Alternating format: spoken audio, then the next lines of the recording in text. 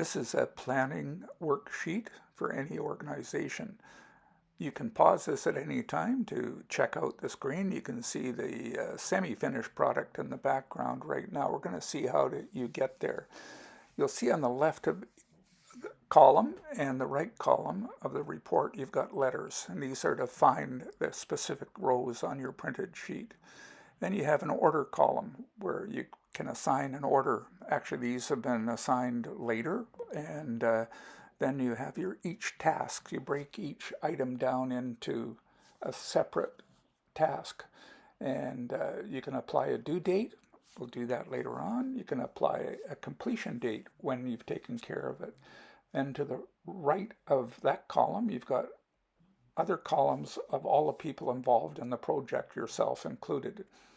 And you can check off each area for the specific task for those individuals, whether they're a key player and a question mark, they may be involved, and a Y, the involvement's confirmed. So you can tell where you are in the project. And also you can use this sheet to have a image on there so the people that you're handing and sharing out this report with can find it. We're going to put a due date in the project. The dinner and dance in this case is the 10th of June. I've typed that in there. And the planner producer, which you're going to assign somebody to operate this. You put a date in for that. And when you've arranged for it, you can put a completion date in. And you pick those people. You've just put some people up there, have some blank spaces, and you've probably got an idea of some people you're going to ask that you haven't yet. So you'll put a question mark in beside their name so you know you've got to do that. This is a great thing to keep you on track, and it's great to share with those that are involved in the project because they'll know what everybody's doing and when things are supposed to be done. So we put in phone hell for the hall rental, April the 1st due date, and way over to the right we put a little question mark beside a person's name. And we look down at some of these other tasks, and you can see that hall decorations put in for 15th of May, and we made who is that? Wall and Tier the key person in this particular case.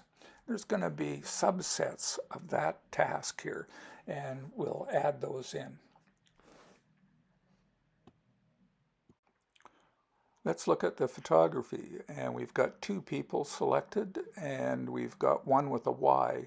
So that means we've confirmed a photographer, so we'll put in April the 1st, we've confirmed that, and April the 1st, we've completed that. We've arranged for the photographer.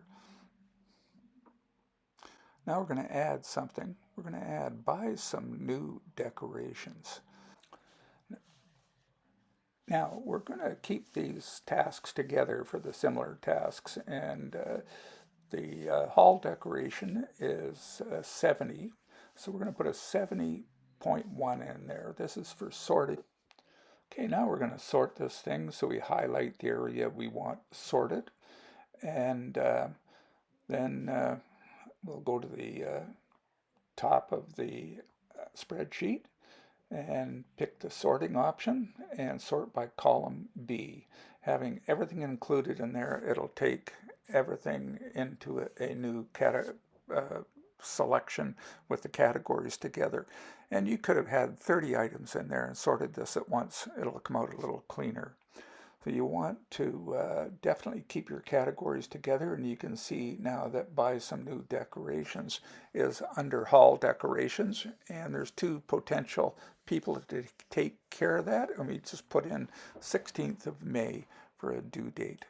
There you've got a basis of a sheet that is dynamic, and you can change it as required. Now all we do is go to the print option. You can print it off, you can check that on the screen, and you can pause this screen and see some of the settings, the way I've got it set. You can email this to your team.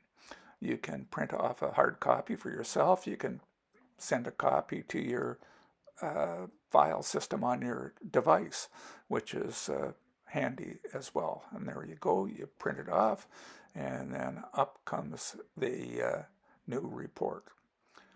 Great system, and again, you're going to make multiples of these, and you can see the top. If you make updates, corrections, people can phone you or email you with updates and corrections, and you always put a date at the bottom right hand part of the report. Thanks for watching. If you want a copy of the spreadsheet, get a hold of me.